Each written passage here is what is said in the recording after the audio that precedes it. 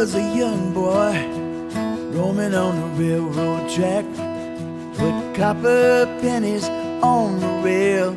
Locomotive come and squash 'em flat. We'd run to fetch 'em back.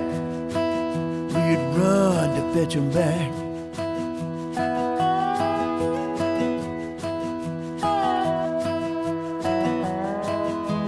Summer nights at Grandma's house, cozy in my bed. Dreams of far out places, other lives to be led. Swirling in my head, swirling in my head. There's a train in the distance, there's a whistle calling. There's a train in the distance, silver moonlight falling.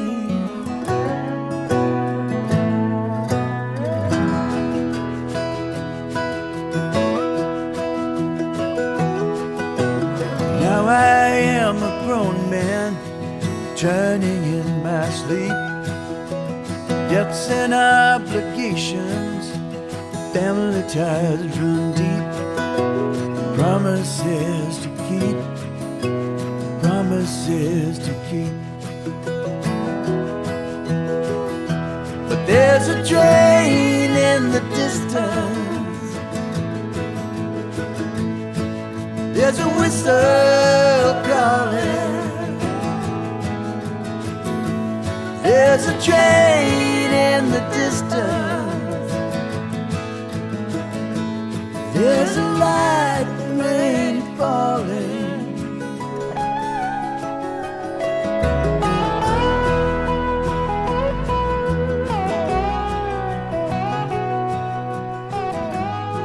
Hey, this is Ronnie and Chuck from Above the Basement, Boston Music and Conversation. This year marks the bicentennial of the birth of Henry David Thoreau, local environmentalist, scientist, and artist. After talking with the founder of the Walden Woods Project, Don Henley, it becomes clear that Thoreau influences us all more than ever 200 years later. During college in the 1960s, it was Emerson's work that initially ignited Don Henley's songwriting interest. And it was Thoreau's political, environmental, and social justice work that resonated with Don, influencing his life and music. Whether he is known to you as a co-founder of the Eagles, singer, drummer, or prolific songwriter, Don Henley is actively helping to carry Thoreau's messages forward to new generations through his work with the Thoreau Institute at Walden. Before we begin, we'd like to talk a bit about the Walden Woods Project. Founded in 1990 by Don Henley, the Walden Woods Project preserves the land, literature, and legacy of Henry David Thoreau to foster an ethic of environmental stewardship and social responsibility. The project achieves this mission through the integration of conservation, education, and research. Thoreau's writings provide insight into some of the most urgent issues of our time. These include understanding and protecting the biological diversity of life, living on a planet of limited resources, and the role of personal responsibility in today's world.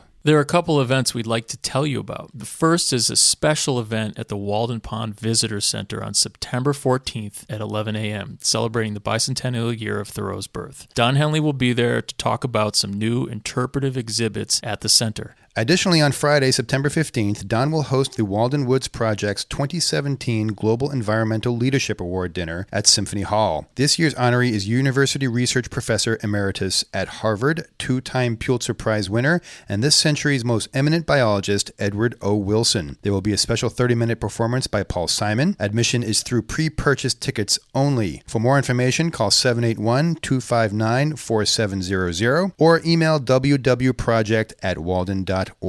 For general information about the Walden Woods Project, please visit walden.org.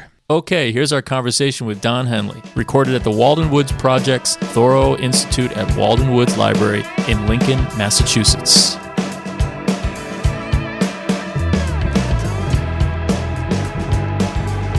Before we begin, I had a little birthday present for you. Oh, thank you. We figured you probably have about 30,000 Walden books. Yeah. But this is something, this just came out. I know. Oh, you knew? Do you have it already? Yes. Oh, no. All right, well, you can regift it. Yeah, I have it, and I've read a lot of good things about it. Yeah. And I got it for my dad for his birthday, and that's all I got. So. Okay. How about if I donate it to this library? Yeah, absolutely. Donate it. Okay. You know, I thought, well, he probably has every book, but I bet he doesn't have this one. Yeah, Like, but we gave it a shot. I haven't cracked But it yet. what you don't have, Don, is one Above of the these basement glasses. glass. Oh, you can have If you do have one, I would be really surprised. No, I don't have that. Well, that's yours for the taking, unless you want to donate that as well. No, I like that. So yeah, we've been doing this podcast for now a year. We've talked to. Have you? I'm just starting. I'm so far behind the times. I'm just starting to get into the whole podcast world. You know what I mean, I listen to This American Life. Yeah, that's great. That's one of the original podcasts, and a right? couple of the others. And so some younger people, my kids are teaching me about podcasts. Yeah. Well, it's incredible. I mean, you can just be anywhere, whether you're walking around the park or in a car. Or, Just press put pause and earbuds in and go for it. Where are you coming in from? I came in yesterday from New York City. Okay. We've just been down there doing a concert. On tour with Steely Dan. Yeah, I wouldn't. It's not really a tour. It's just sort of a couple of special events that were held on weekends. We did Dodger Stadium a couple of weeks ago, and then we did it's called Citi Field now. That's the corporate name, but it's actually where the Mets play baseball. Right. And we did that this past weekend. And then you had your birthday bash. Yeah, I sandwiched that in between the Dodger Stadium and the Mets Stadium concerts. Yes. Well, happy birthday. Thank you. It's not bad, actually. It's a big number, but it's not all that bad so far. Good. Good. That's good to hear. Well, you're here. This is a very kind of big time as far as the Walden Woods organization. Yeah. Well, speaking of birthdays, and Yes, big years. Exactly. The bicentennial exactly. of Henry. Yeah, Henry, July 12th. 3 of my heroes had birthdays this month. Ringo Starr, his birthday was on July 7th, and my birthday was July 22nd. And Rose Kennedy's birthday is the same day as mine. Oh, really? Yeah. Ringo Starr is the same day as my daughter's. Okay. Yeah. So it's a big month. And Thoreau was July 12th. Yeah. 1817. Right. Yeah. He's a little older than me. Yeah. Not much, but a little. But I've read so many wonderful articles that have been published about him during this bicentennial year. There's some really great writing and new things that people have been discovering about his personality. You know, he's been very misunderstood and mischaracterized over all these years, and people are just now finding out who and what he really was. And it's been good to read those things and to know that people are learning more about him. We had a very interesting conversation with Jeff, and we've discovered this just in doing our research about how John, I'm going to butcher his name again, Muir. You know, he was influenced by him, who in turn, John influenced Teddy Roosevelt to start the whole conservation project in the United States. Right. Which led to the national park national system. parks, right? Yeah, there's a direct line leading from our national park system back to Henry David Thoreau. Thoreau, one of his famous quotations is, "Every town should have a park of 1,000 or more acres where never a stick is cut for firewood or for shipbuilding." And he was one of the first people to articulate that. I'm sure that Frederick Law Olmsted, the gentleman who built Central Park in New York City, was familiar with Thoreau's work. So he started a lot of things that he didn't really get credit for. The influence that he had on many different aspects of society is pretty remarkable. Yeah, he was a dual-sided coin. On one side was the ecological / spiritual part, and on the other side was the slavery issue. He was one of the first abolitionists, one of the first people to speak out publicly against slavery. There was another article that was published in the past few weeks that talked about the fact that he was known as a hermit who lived in the woods. He didn't live there alone. He lived there with a lot of people who were sleeping on the ground, basically. They call them the marginalized people would live out there because it wasn't usable farmland, right? Yeah. Well, a lot of them were escaped slaves who were trying to make their way to the north, to freedom. Thoreau's family, his mother and father, were all part of the Underground Railroad, which helped freed slaves escape to the northern territories. And he befriended a lot of those people who slept in the woods. There were also my people, the Shanty Irish, who were also considered less than equal in the social hierarchy. And a lot of them were sleeping in the woods as well. So he wasn't really alone out there. He was with a lot of other people who were not accepted in society and didn't really have homes. And he befriended a lot of them, entertained some of them in his little cabin, would invite them over for a chat. So people are just learning all those things about him now. Well, that's interesting because you do have that. I've always had that image of him in a cabin alone at Walden Pond. Yeah. And well, he was alone sometimes, but you have to remember that it wasn't that far from town. He would walk into town almost every day, and he liked social contact. He liked to talk to people. He liked to get the latest news, to know what was going on around town and in politics and whatnot. And so he very much was in contact with civilization and with other people. It wasn't like he was, isolated in some faraway wilderness. That's the hermit. Yeah, where the hermit comes from. Yeah, where people don't realize.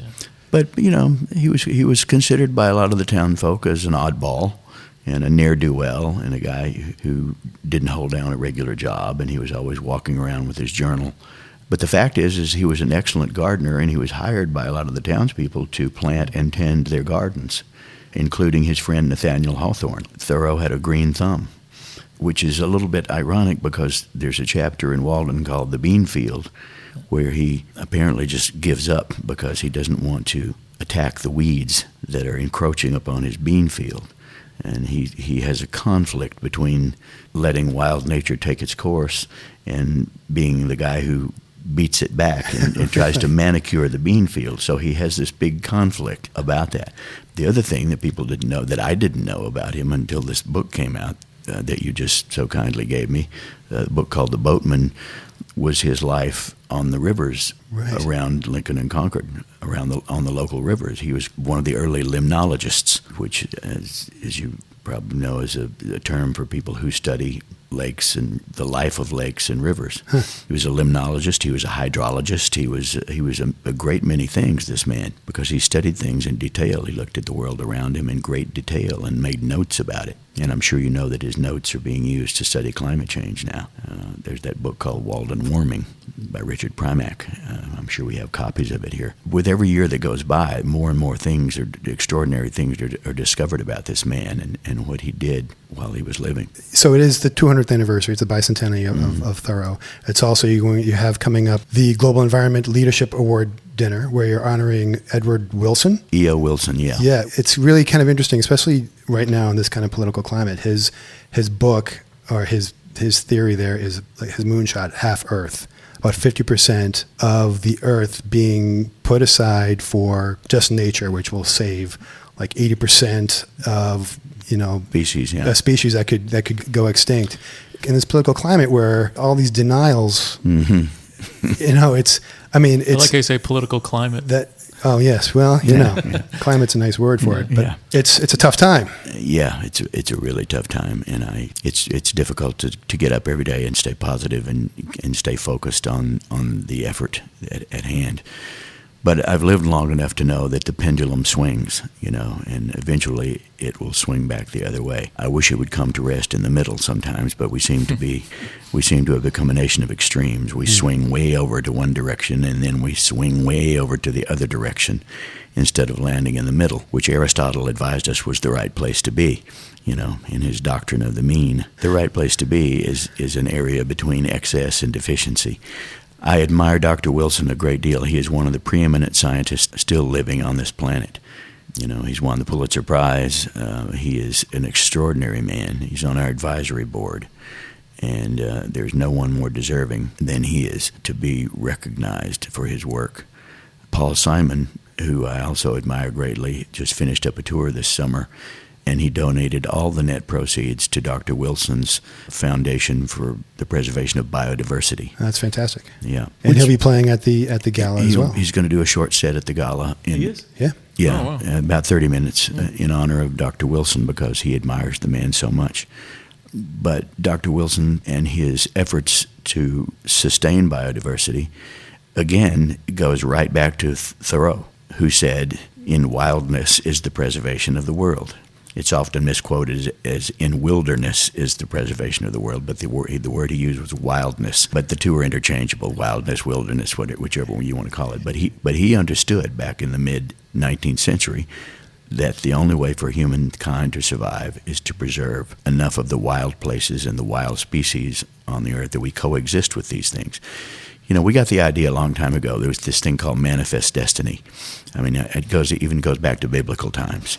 All this stuff about go forth and conquer the earth and subdue it, conquer all the birds of the air and all the fishes of the sea. Some people took that literally.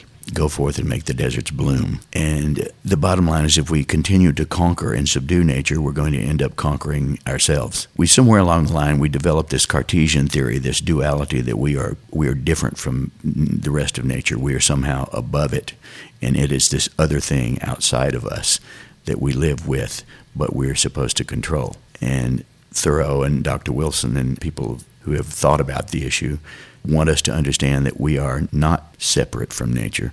We are not above nature. We are not better than nature. We are part of it. When we destroy nature, we destroy ourselves.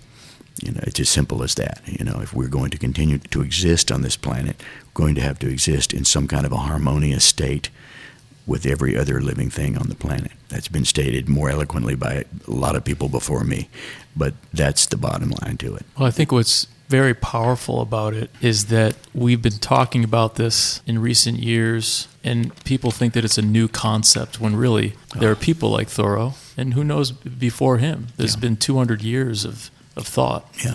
And to me, that's to look at the legacy of what he's done. You can see the power of how that trickles up, not just, as you said, things like the national parks will all date back to him. Yeah. But to think about the ripple effect that he and others caused. Well, he was very much into Eastern philosophy.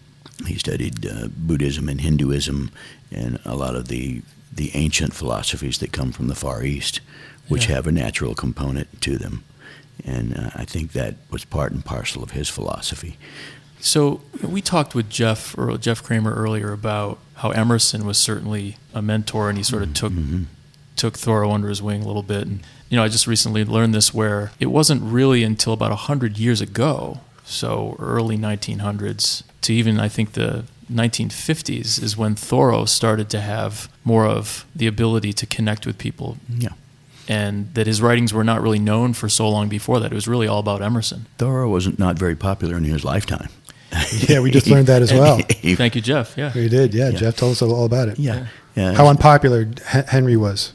Yes. Yeah. Especially around here in his home community. Yeah. When he burned half the town down. Well, yeah. He grew back. Right. Oh, yeah, I want to hear about that. But we one reason why I brought it up was in the 50s and 60s is when he came into more of the vernacular, and you hear about Martin Luther King was very inspired by him. Yes. I know that you were inspired by him or were interested in him in college. Yeah, when I was in my early 20s, back in the 1960s. Fits, right? Yeah, Thoreau was very much part and parcel of the flowering, if you will, of the baby boomer generation. The whole hippie flower child back to nature movement that spawned things like Woodstock and all that sort of thing. All the young people, college students in particular, had a copy of Walden or some other Thoreau writing tucked under their arm and would sit out on the campus under trees and read him. That was going on a lot back in the 60s and carried on into the early 70s. And that's when I discovered him as well, when I was about 21 or 22. And Emerson was very important to me. I discovered Emerson actually first, and I read his essay called Self-Reliance, which really struck me, because I was trying to become a songwriter. And there are passages in that essay from Emerson that speak to that, to anybody who wants to write or to create. I think the line is, the quote is, to believe in your own thought, to believe that what is true for you is true for every man. That is genius. And I looked at that and I went, wow. Okay, so Thoreau came into prominence during the post-World War II years and on up through the 60s and 70s. And we have papers from Martin Luther King's files here in our collection, in our archive. And Gandhi's nephew has been here. The legacy of Thoreau is extraordinary. A few months ago, we had a gentleman from Iran who some of our supporters put up the money to fly him here. And he is undertaking a brave and possibly quite dangerous project, which is to translate Walden into Farsi. It's never been done. Really? Because he wants his people to get Thoreau's message. That reminds me of the Thoreau effect. I know that you've worked on other projects. And when Chuck mentioned about E.O. Wilson, that's a global connection to Thoreau, not just in time, but in space. Oh, yeah. his work has certainly been published and read around the world. Other than Martin Luther King Jr. and Gandhi, some of the other people who were influenced by Thoreau were the Russian writer Leo Tolstoy and the people who were involved in South Africa in the anti-apartheid movement read Thoreau. He has been influential across the globe, either for his environmental writings or for his social reform work. He's just now beginning to get his due, and it couldn't come at a better time. We need his words badly.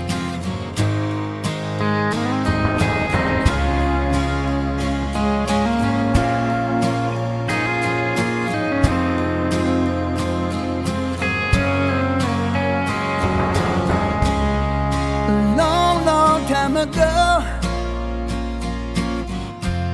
when we were young and pretty, we ruled the world, we stopped the time, we knew it all. We owned this city, running with the crowd, carefree and proud. I heard somebody say, take a picture of this. Ooh, take a picture of this. The years went rushing by in the twinkling of an eye. We rolled with the changes. The life we knew was gone. Our friends had all moved on. Time rearranges. But on our wedding day, they all came back to say, congratulations. Take a picture of this. Oh, take a picture of this. Then we raised a family of our own. We were so happy, baby, but now those kids are grown and gone.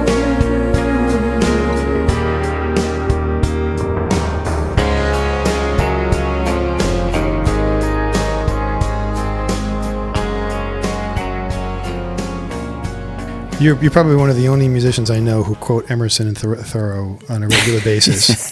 It's great. It's great. Yeah. And, I wonder how, you're obviously a voracious reader since you read that book that I got you, and it just came out like about 3-4 hours ago. Yeah, well, I haven't finished it yet. Yeah, but you started it. I'm impressed. I started thought I'd trick you into getting a book that you didn't read, but I missed out. It's a fascinating book. It's a whole side of him that I didn't know about, and a lot of people didn't know about. Yeah. And it inspires me even more because I have another nonprofit in my home area down in Texas that deals with lakes and rivers. Right, the Caddo Lake Institute? Caddo Lake Institute. Yeah. We study and protect a 27,000-acre wetland that's located on the border of Texas and Louisiana. I was so happy to read about his involvement with water because I didn't know. So that completes the circle in a way for me. That's wild. But you can see a lot of the whole thing about the environment and your social issues that you cover, you cover these in all your songs that you write. So some of them, yeah. Well, the other thing about Thoreau was he was a musician.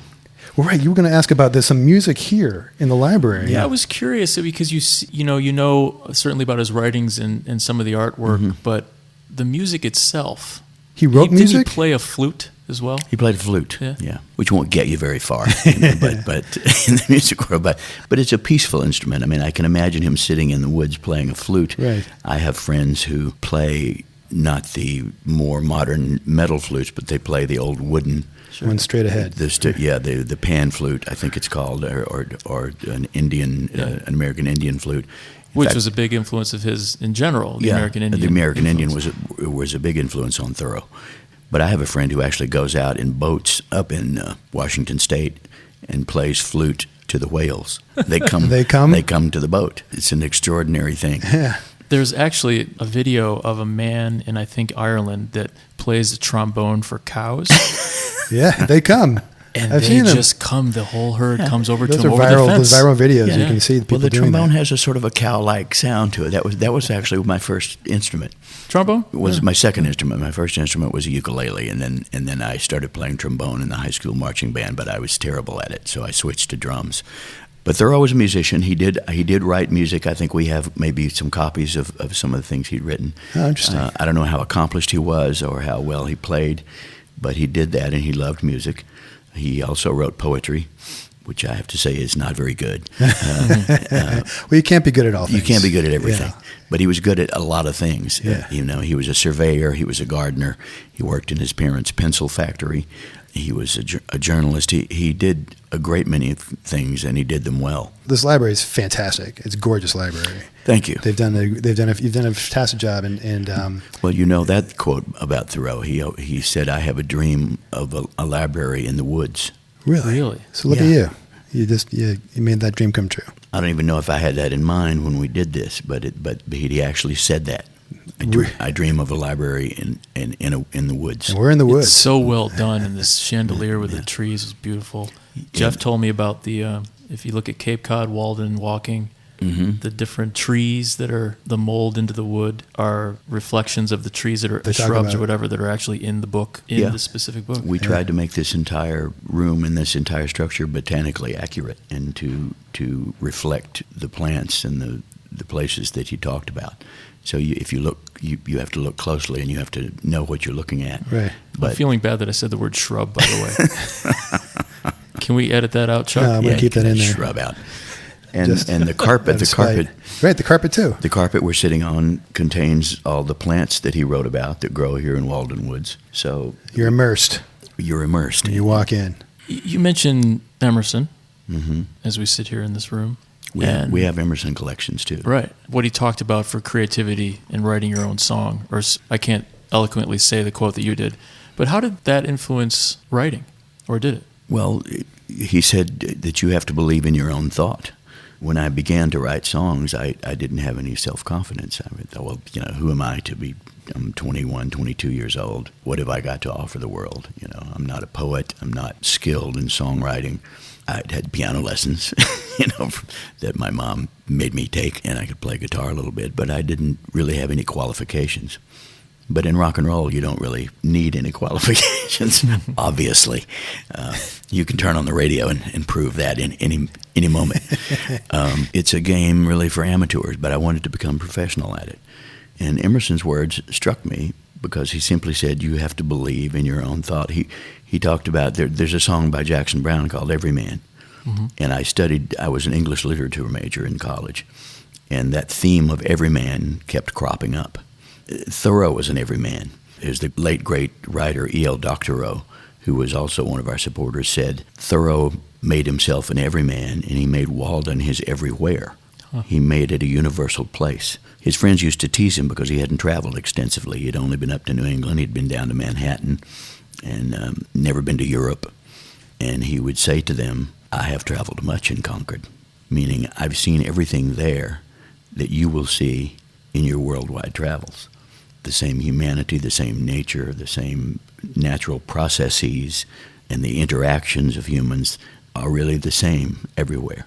We might be different colors, we might be different races, there might be some different flora and fauna in some places on Earth, but the interaction and the basic structure is the same. He was a lot smarter than his friends. Yes, he was. So I had some wonderful professors in college, some English professors, in Texas actually, but they were brilliant professors, and I learned a lot about universality and how things are connected. I learned how to connect the dots, which is another thing that Thoreau did. And so when I read those words by Emerson, to believe in your own thought, to believe that what is true for you is true for every man, it really struck a deep chord in me, and I thought, okay, I'll just start writing down my thoughts and see if anybody listens. What I had to learn later is that if you don't put those thoughts to a catchy melody and a good beat, then nobody's going to listen to them. You're so right, because songwriting is condensed. It's something that, there was someone that taught me this once, that if it doesn't resonate with others, they don't see it in their own lives. You can tell a great story. I mean, Dylan could obviously tell a great story. Yeah. but only certain people can do that. Songwriting is tricky because in a novel or in a written work, you have hundreds of pages in which to stretch out. Yeah. A song has to be condensed into 3 or 4 minutes.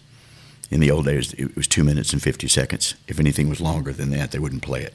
So you have to condense all your thoughts and your little story into about 3 minutes, which is trying to like writing a haiku, and there are components. There are the words, and then there's the melody that you have to marry those words to, and you have to marry each word to the right note to make it believable. That's what a lot of kids don't understand about songwriting. Marry the word to the note. The marrying of the word to the right note to make it believable and conversational. Or as my friend Stan says, you've put the emphasis on the wrong syllable. And like Thoreau and not Thoreau? Exactly. I pronounce it both ways. I go back and forth. Yes. And then there's the rhythm, there's the beat.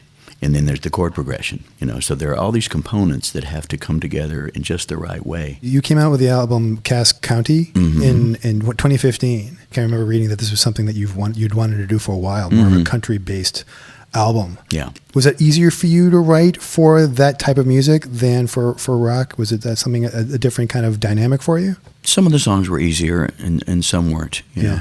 Songwriting is hard. It's difficult for me. Another one of my heroes, and another man who is influenced obviously by Thoreau, is a guy named Wendell Berry, who is a farmer in Kentucky who writes poetry and books. The guy's a genius.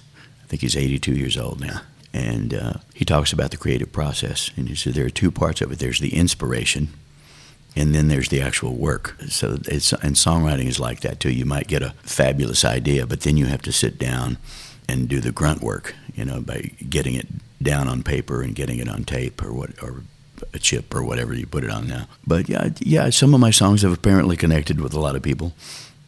I tend to think of other songs by other people that I think are masterworks that have inspired me. What comes to mind? One of the first songs that always comes to mind is Don McLean's song about Vincent van Gogh, Starry, Starry Night. Yeah. That song is a masterpiece. It's a novella. A lot of Paul Simon's work, to me, is brilliant. My friend Randy Newman, who people misunderstand completely. They don't understand that he's doing social satire.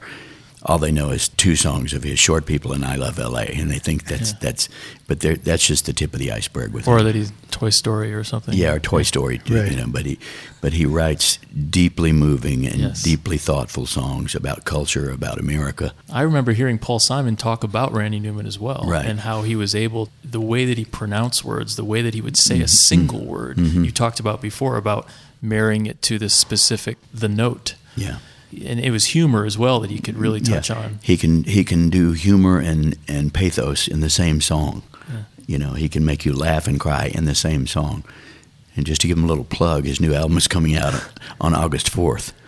And it's brilliant. Every song is like a mini musical.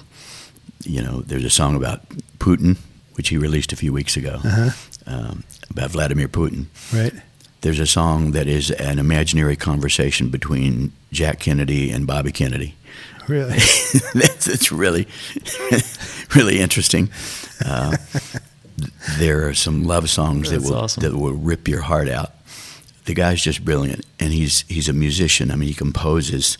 He comes from a family of composers. I mean, both of his uncles scored probably most of the black and white movies you've ever seen. Really? Yeah. So interesting. The entire family is brilliantly talented.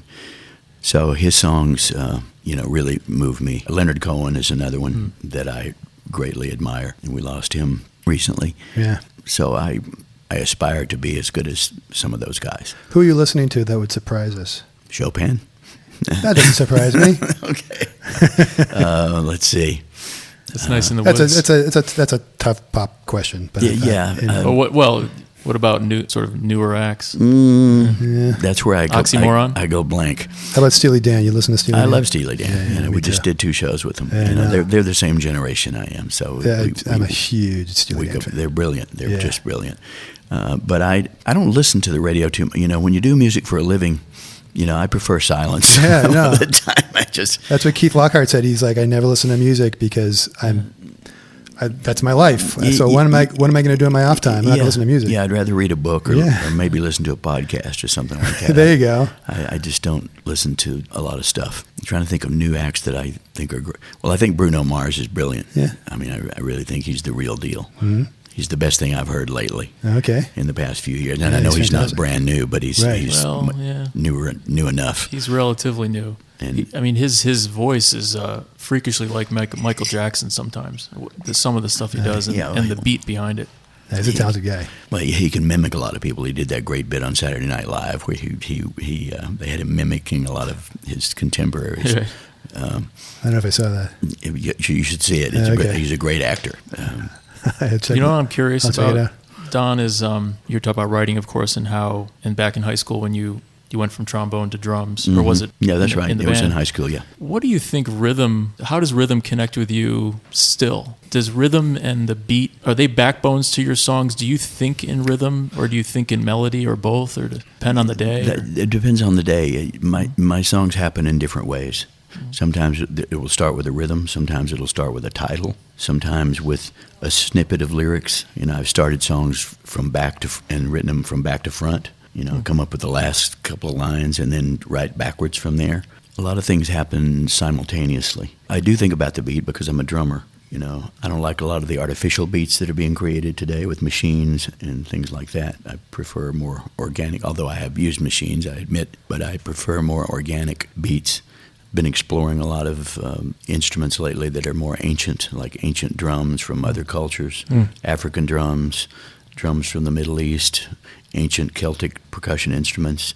I like those sorts of things and incorporating them. On the Cass County album, there's a song called Praying for Rain. Yeah, it's a beautiful that song. Thank you. In order to recreate the sound of rain, we used an instrument called a hammered dulcimer. Oh yeah, I heard it in there, yeah. Yeah. It's a dulcimer that you play with these little mallets, little hammers. Wonderful instrument, and I like to throw things like that into the mix. I listen to some of the records I made in the 1980s, and they sound very 80-ish. That was the heyday of synthesizers and all that technology was coming out. But I think we've gone simultaneously in two directions. We've gone back to more organic instruments, but we've also gone into more electronics in another way. And all that's fine. It depends on what kind of music you want to make. And there's so many possibilities now with computers and digitization. The possibilities are endless. Right. And you have to be careful with the tools that you use, because tools are only as good as the people using them, and you can really overuse the technology, and the music gets lost. The music becomes the technology. Yeah. Instead of a song, it's a conglomeration of special effects and what we call outboard gear and electronics, and the song gets lost in all of that somehow. That's why I'm so happy that bluegrass is so big right now. Oh, yeah. We've interviewed a bunch of people. Yeah. All those classic bluegrass instruments I don't even say they're coming back, but they're certainly more prevalent. Yes. And I think that's fantastic. We've also just saw recently the Silk Road Project from Yo-Yo Ma. I've heard of that? I've seen it. It's one of the most extraordinary things. Yeah, those instruments you're exploring from the East. Yeah. I mean, that really makes me think I'd never of that seen too. those instruments before. Some of those. I didn't know that Celtic music had made its way into Spain, but that woman who's in the Silk Road band, Christina Pato, P-A-T-O. Yeah, right. She's a bagpiper, right, and a pianist, and she's from Spain, right? Yeah. And I guess the Celtic culture made it down that far into the South. I saw them play. It's been a few years now. If they ever come to any vicinity where I'm, if I'm 100 miles away, I'll be happy to go and see it again. Yeah, we saw them at the Sanders Theater at Harvard. Yeah, we're gonna have Wu Man is her name. She's the Chinese performer on that guitar. Okay, it's not a guitar. Sorry, yeah, I forgot the name. Whatever it might be. We're gonna have her on the show too. Wonderful, but I love traditional instruments. My ancestors in Ireland were harpists. Every clan had a harpist, and my mother's maiden name in Gaelic, her name is McQuirter, which was translated from the original word was McCruithler. Okay. And a cruith is a harp. Okay. So her name means son of the harper. Oh, excellent.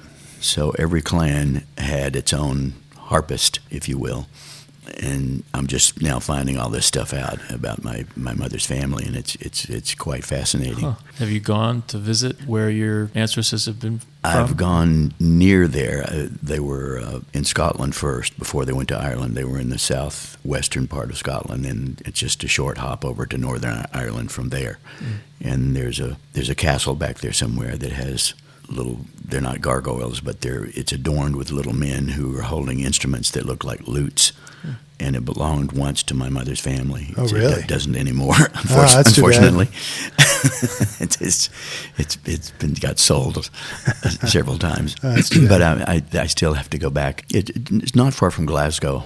In the county or the shire is called Ayrshire, and it's where the Scottish poet Robert Burns grew up. And that's where my mother's people, that's where I've traced them to before they went to Ireland. So all that sort of thing is very fascinating to me. But traditional instruments, bluegrass goes in cycles. I remember it was very popular back in '69 and '70 when I first went to Los Angeles. Mm-hmm. There was a group called the Dillards who were extremely popular at that time. They were a progressive bluegrass group. People know them because they were the Darling family on the Andy Griffith Show. Okay. They were the ones. I know exactly who you're talking about, right. But they were a couple of brothers from Salem, Missouri, and some of their friends. And we just worshiped them. We went to see them at clubs. They were great harmony singers and great players. And they were around for a few years, and they started the bluegrass revival back in the late 60s and 70s. And it waxes and wanes. It comes around, but it's still a healthy form of music. There are bluegrass festivals all over. There's a big one in Kansas every year. I went to that once, and it was a life-changing experience. I really want to go back. Those people are ridiculous who play there. Extraordinary. It's unbelievable. We have a couple of great bluegrass players in our band. Stuart Smith can play flat picking like nobody's business, and now Vince Gill, of course, is in the band, and they can really go to town on this stuff. What's going on now with that, with East West? Yeah, well, we just finished it in New York this past weekend. And given the positive reception that we've received, and much to my surprise in the press. You got some great reviews. I read them. Yeah, I didn't expect great reviews in New York, frankly, to tell you the truth. Oh, really? So good reviews. You had good reviews in New York. Yeah, it was great. Even in New York. Even in New York. Yeah. Well, there's always been kind of an East Coast, West Coast rivalry, But no, it's been a beautiful thing, having Glenn's son in the band, and it's extraordinary what he's done because the kid is only 24 years old, right? And he's never played until we did Dodger Stadium. He'd never played in front of an audience that was larger than 150 people. That's pretty terrifying. And he got up there and did it with grace and dignity, and we're all extremely proud of him. That's really obviously in the family, in the musical family too. He looks just like his dad. Yeah, sounds like him too. Yeah. Looking at him from the back, that was where the hair. It's eerie because it looks just like his dad. Wow. When he was. How's he sound? The voice. He sounds similar to his dad. He doesn't sound exactly like his dad, but he sounds similar. You can totally hear it. He sounds. I definitely hear it in there. Yeah. So you're going to do some more concerts coming up? We've got a couple planned. We've got one planned for Seattle at the end of September, and then I think we're going to do one or two maybe in Atlanta, Georgia, and then after that I don't know. Okay. We've got a couple more planned. Yeah. And then you'll be here for the centennial. Bicentennial, rather, September 15th or 14th around that. We'll correct the dates. I'll be here for the Walden Woods banquet ceremony. Right, and there's also a documentary film by Ken Burns coming out too. The new. I want to talk about this. As many of you know, I'm sure the state of Massachusetts built a beautiful new visitor center at Walden Pond, and we had the dedication ceremony last year. Mm-hmm. It's a wonderful facility. It is totally solar powered. Generates enough solar electricity in 2 months to power the thing for an entire year. My goodness, that's amazing. And in the woods, no less. In the woods. Yeah. And it has interactive exhibits. And there is a film by my friend Ken Burns, who was kind enough to make about an 8-minute film for us that will be in constant rotation. And Julie Kaufman, I believe, also was right. Yeah, and his team. And the film will be shown in constant rotation at the Visitor Center, and it's a beautiful film.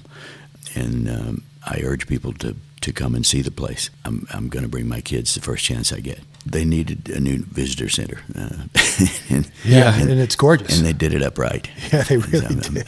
I'm very pleased that, and we have a good cooperative relationship with the people who run the state reservation.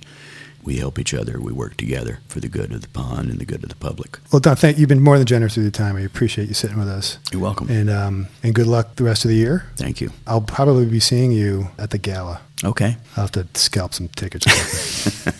That's September 15th, right? September 15th. September 15th. Yeah, we'll promote all this and the introduction and all that kind of stuff. So. Okay. All right. Well, thanks for having me on. Well, thank Appreciate you. it. It's our pleasure. Thanks very much.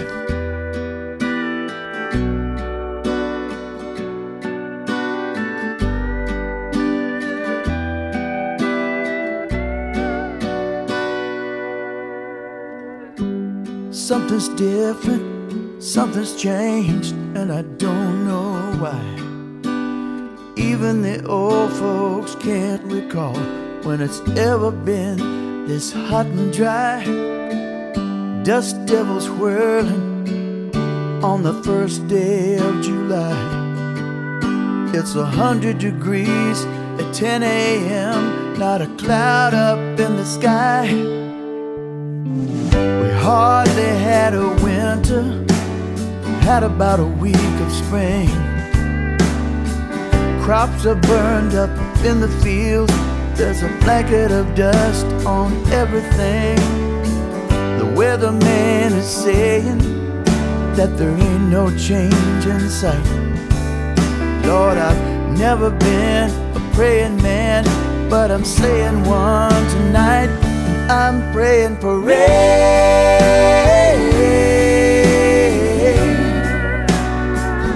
I'm praying for rain.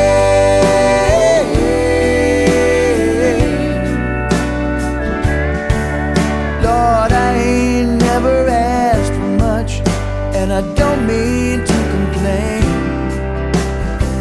but I'm praying for rain.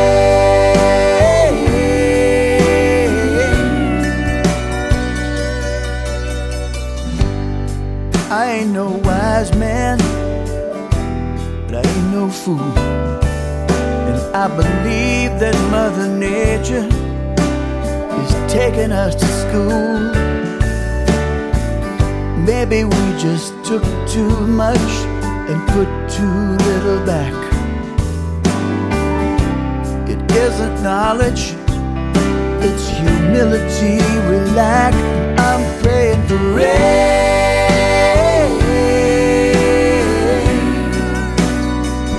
I'm praying for rain.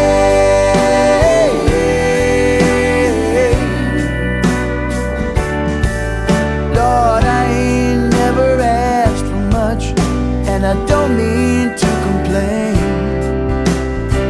but I'm praying for rain.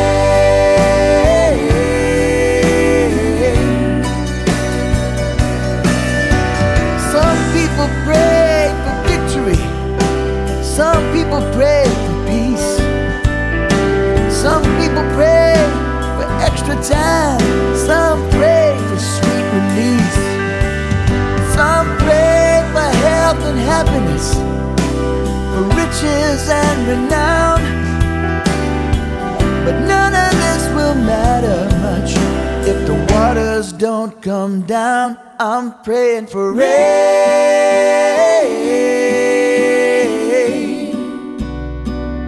I'm praying for rain.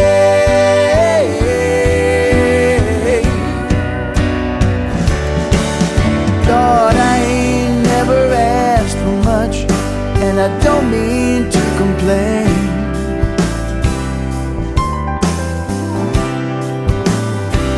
but I'm praying for rain.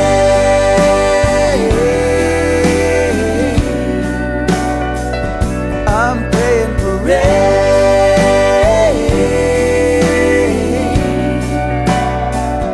I'm praying for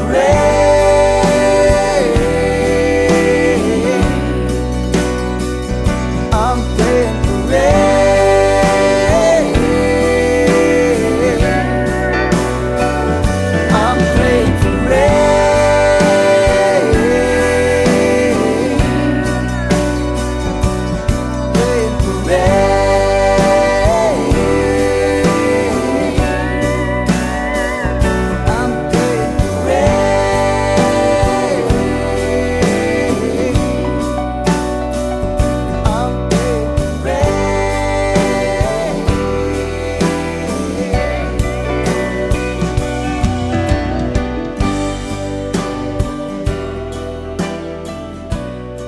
It is obvious how passionate Don is about the Walden Woods Project, and the legacy of Thoreau is reflected in his music, his philanthropy, and vision. If you wish to learn more about this wonderful organization, please visit walden.org. If you want to learn more about Henry David Thoreau, listen to our preceding conversation with Jeffrey Kramer at abovethebasement.com. You can sign up for our newsletter, listen and subscribe to our podcast, like our Facebook page, follow us on Twitter, and look at all the nice pictures we post on Instagram. We are everywhere. On behalf of Chuck and myself, thanks for listening. Tell your friends, and remember, Boston music, like its history, is unique.